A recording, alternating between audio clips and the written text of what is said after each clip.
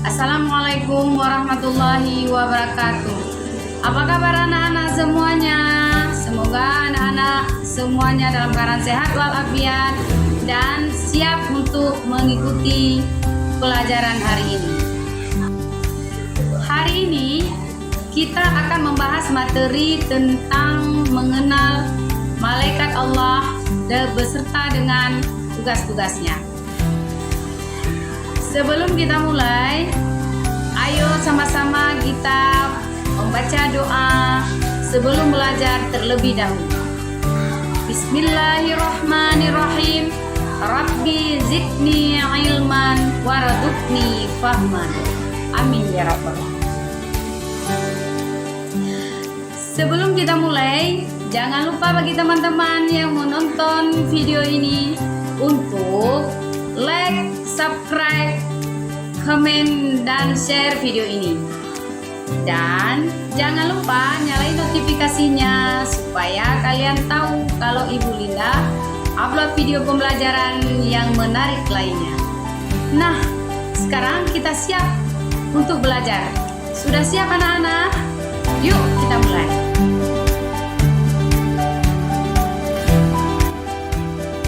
Setelah menonton video ini, nantinya anak-anak diharapkan untuk pertama, mampu mengenal malaikat-malaikat Allah beserta tugasnya.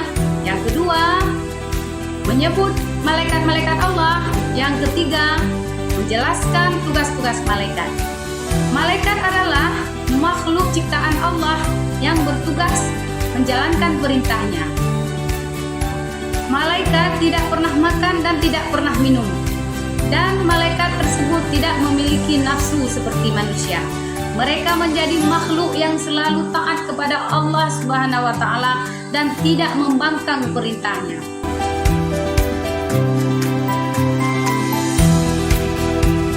Malaikat memiliki beberapa sifat seperti tidak memiliki hawa nafsu, tidak makan, tidak minum, tidak tidur, dan tidak pernah berbohong. Yang kedua, malaikat selalu bertasbih, memuji dan mengagungkan Allah Subhanahu wa Ta'ala dan dengan tanpa henti, baik siang maupun malam.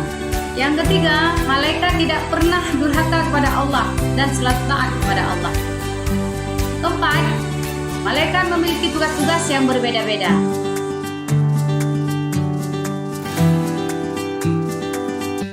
Nah, sekarang kita akan membahas nama-nama malaikat beserta tugas-tugasnya. Yang pertama, malaikat Jibril. Tugas malaikat Jibril yaitu menyampaikan wahyu. Malaikat Jibril dikenal sebagai pemimpin para malaikat dan memiliki julukan Ruhul Amin atau roh yang amanah, atau Ruhul Kudus yaitu roh suci. Malaikat Jibril menyampaikan firman Allah Subhanahu wa Ta'ala kepada Nabi Muhammad SAW yang kemudian menjadi Al-Quran. Malaikat Jibril juga hadir pada peristiwa Isra dan Mi'raj, mendampingi Nabi Muhammad SAW dalam perjalanan tersebut. Jibril juga menyampaikan wahyu kepada nabi-nabi sebelumnya, seperti Nabi Musa, Nabi Isa, dan Nabi Ibrahim.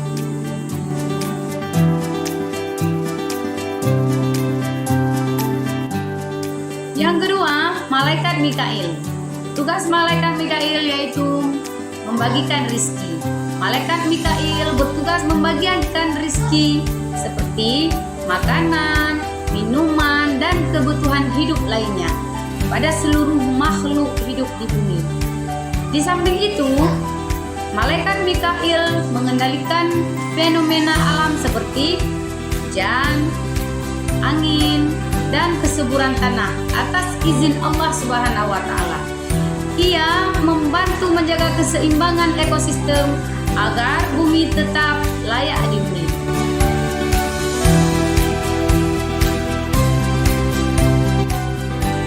Yang ketiga, yaitu malaikat Israel. Tugas malaikat Israel mencabut nyawa. Israel bertugas mencabut nyawa setiap makhluk sesuai dengan waktu yang telah ditentukan oleh Allah Subhanahu wa Ta'ala. Tugas ini tidak dilakukan atas kehendak sendiri, tetapi semata-mata atas perintah Allah. Malaikat Israel mencabut nyawa manusia dengan cara yang berbeda, tergantung pada amalan perbuatan mereka selama hidup. Orang beriman, ruh dicabut dengan lembut, seperti menarik sehelai benang di adonan tepung. Orang kafir atau pendosa, ruh dicabut dengan kasar dan penuh penderitaan, seperti menarik duri di kain wol yang basah.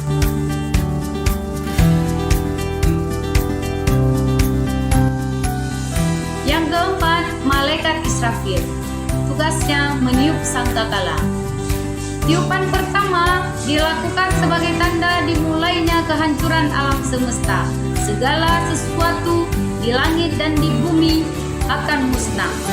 Kecuali yang tidak akan musnah adalah yang dikehendaki Allah Subhanahu wa taala. Tiupan yang kedua dilakukan sebagai tanda dibangkitkannya semua makhluk dari alam kematian. Mereka akan keluar dari kubur masing-masing untuk menghadapi pengadilan Allah Subhanahu wa taala di hari kiamat. Malaikat Israfil terus berada dalam keadaan siap siaga, menunggu perintah Allah Subhanahu wa taala untuk meniup sangkakala. Ia menunjukkan betapa pentingnya tugas yang diembannya.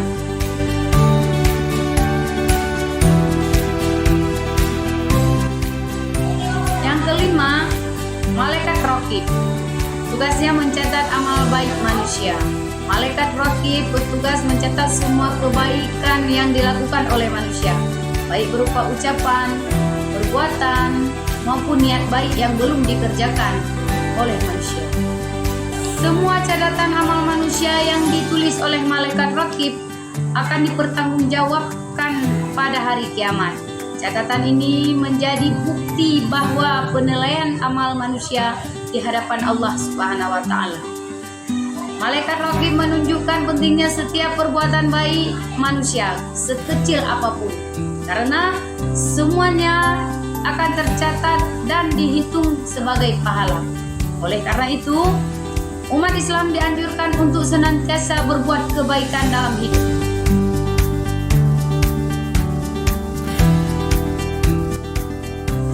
Yang keenam, malaikat Atid. Tugasnya mencatat perbuatan buruk manusia. Malaikat Atid mencatat semua perbuatan buruk, dosa, dan ucapan manusia yang tidak sesuai dengan perintah Allah Subhanahu wa taala. Catatan malaikat Atid mengingatkan manusia untuk selalu berhati-hati dalam berperilaku dan berbicara, karena segala perbuatan buruk sekecil apapun tidak akan terlewatkan dari pengawasan Allah Subhanahu wa taala melalui malaikat.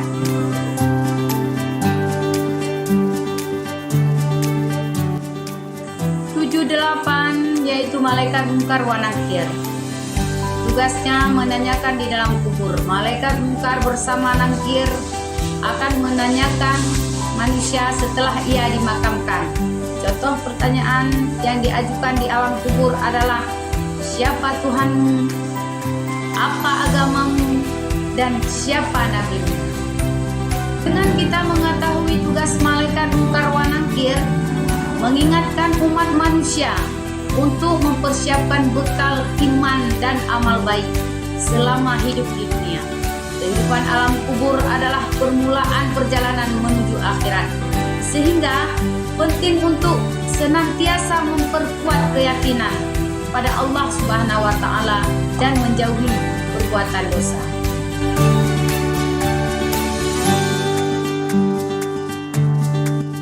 Kesembilan, malaikat Malik. Tugasnya menjaga pintu neraka. Malaikat Malik memimpin para malaikat lainnya yang menjaga pintu-pintu neraka, yang disebut sebagai Zabaniyah. Malik mengatur penyiksaan dan memastikan bahwa hukuman yang diberikan kepada para pendosa di neraka sesuai dengan keadilan Allah Subhanahu wa taala. Kehadiran malaikat Malik mengingatkan manusia bahwa neraka adalah tempat yang nyata bagi orang-orang yang ingkar pada Allah dan melanggar perintahnya. Tugas Malik sebagai penjaga neraka mencerminkan keadilan Allah Subhanahu wa taala terhadap dosa-dosa besar dan memperingatkan manusia agar menjauhi segala larangannya.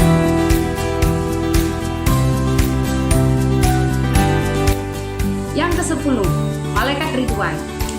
Tugasnya menjaga pintu surga. Malaikat Ridwan bertanggung jawab menjaga pintu-pintu surga dan memastikan bahwa hanya orang-orang yang berimanlah dan orang-orang yang taat kepada Allah lah yang dapat memasukinya. Tugas Ridwan menyambut penghuni surga, menunjukkan bahwa surga adalah tempat penuh kebahagiaan, kedamaian, dan penghormatan bagi mereka yang beramal saleh.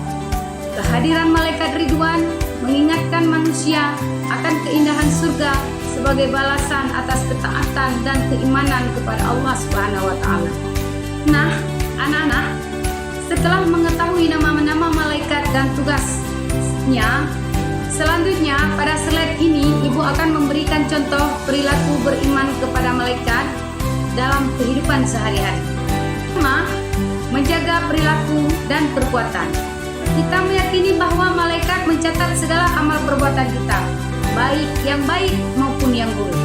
Oleh karena itu, kita berusaha untuk menjaga perilaku dengan melakukan kebaikan dan menghindari perbuatan dosa. Misalnya, selalu berkata jujur, menghormati orang tua, dan menjaga hubungan baik dengan sesama. Yang kedua, berusaha untuk selalu berbuat baik.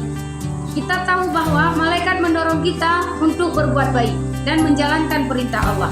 Dengan beriman kepada malaikat, kita lebih terdorong untuk membantu sesama, berinfak, dan melakukan amal kebaikan lainnya. Misalnya, menyantuni anak yatim, memberikan makan orang yang membutuhkan, dan membantu orang yang kesulitan. Yang ketiga, menghindari dosa. Malaikat juga mencatat perbuatan buruk yang kita lakukan. Dengan keyakinan ini, kita berusaha menghindari dosa dan perbuatan yang dapat mendatangkan murka Allah. Misalnya, menjauhi perbuatan maksiat seperti berbohong, mencuri, dan berbuat zalim kepada orang lain. 4. Berdoa dan beribadah dengan khusyuk. Kita tahu bahwa malaikat mengamati dan menyaksikan ibadah yang kita lakukan. Sehingga dalam setiap ibadah seperti sholat, kita berusaha untuk khusyuk dan ikhlas. Karena kita yakin malaikat menyaksikan amal ibadah kita dan akan mendoakan kebaikan bagi kita. Nah, bagaimana anak-anak? Menarik bukan materi kali ini? Sudahkah anak-anak paham mengenai materi mengenal malaikat Allah dan tugas-tugasnya? Apakah anak-anak memiliki pertanyaan? Jika anak-anak memiliki pertanyaan, silakan bertanya kepada Bapak atau Ibu guru kalian. Oke anak-anak, sekian dulu video kali ini dan terima kasih sudah menonton video pembelajaran ini. Sampai jumpa di video menarik berikutnya. Bersama saya Ibu Linda Deviana, Guru Pendidikan Agama Islam. Sampai jumpa lagi anak-anak. Assalamualaikum warahmatullahi wabarakatuh.